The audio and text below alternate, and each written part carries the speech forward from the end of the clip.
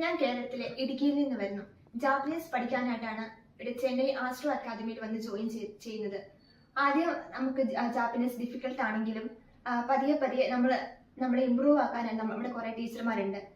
ഇവിടെ വന്നപ്പോൾ ഒരു ജപ്പാനിലെ ഹോസ്പിറ്റലിൽ വർക്ക് ചെയ്യുന്നത് എങ്ങനെയാണ്, അവിടുത്തെ പേഷ്യൻസിനെ എങ്ങനെ കെയർ ചെയ്യും എന്നൊക്കെയാണ് നമ്മൾ കൂടുതലും പഠിപ്പിച്ചു തരുന്നത്. പിന്നെ നമുക്ക് കൂടുതൽ ക്ലാരിഫിക്കേഷൻ കിട്ടണമെങ്കിലും ജപ്പാനിൽ നിന്ന് ആൾക്കാർ വരുന്നു, നമ്മളെ പറഞ്ഞു തരുന്നു.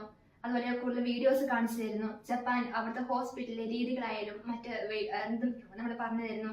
അതുപോലെ തന്നെ ഇവിടെ ഇപ്പോൾ നമുക്ക് പ്രാക്ടീസ് നടത്താനായാലും ഇവിടെ റൂമുണ്ട്. അതുപോലെ 2 ഡെമ്മി ഉണ്ട്. അവരെ നമുക്ക് എങ്ങനെ പേഷ്യൻസിനെ കെയർ ചെയ്യണം, എന്തൊക്കെ അവരോട് പറഞ്ഞ് അവരുടെ രീതിക്ക് അനുസരിച്ച് നമ്മളോട് സംസാരിക്കുക, അവരെ കെയർ ചെയ്യുക.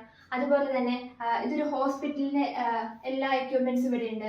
ലാബ് വേണമെങ്കിൽ ലാബ്, അതിൽ ബ്ലഡ് ടെസ്റ്റ് ചെയ്യണമെങ്കിലും യൂറിൻ ടെസ്റ്റ് ചെയ്യണമെങ്കിലും ഇവിടെ നിറയെ എക്യുപ്മെന്റ്സ് ഉണ്ട്. ഇതൊക്കെ വെച്ചിട്ടാണ് ഞങ്ങളിവിടെ പല സമയത്തും ഇവിടെ പ്രാക്ടിക്കൽ നടത്താറ്.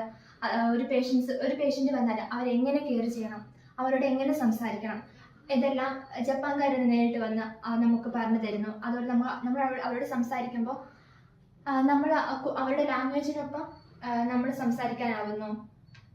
പിന്നെ എക്സ്പീരിയൻസ് ഉള്ള കാരണം ഇവിടെ വന്ന് വീണ്ടും പഠിക്കുമ്പോൾ കൂടുതൽ എക്സ്പീരിയൻസ് കിട്ടുന്നു. ഇപ്പൊ എക്സാമും ഇന്റർവ്യൂ എല്ലാം പാസ്സായിട്ടിരിക്കുന്നു.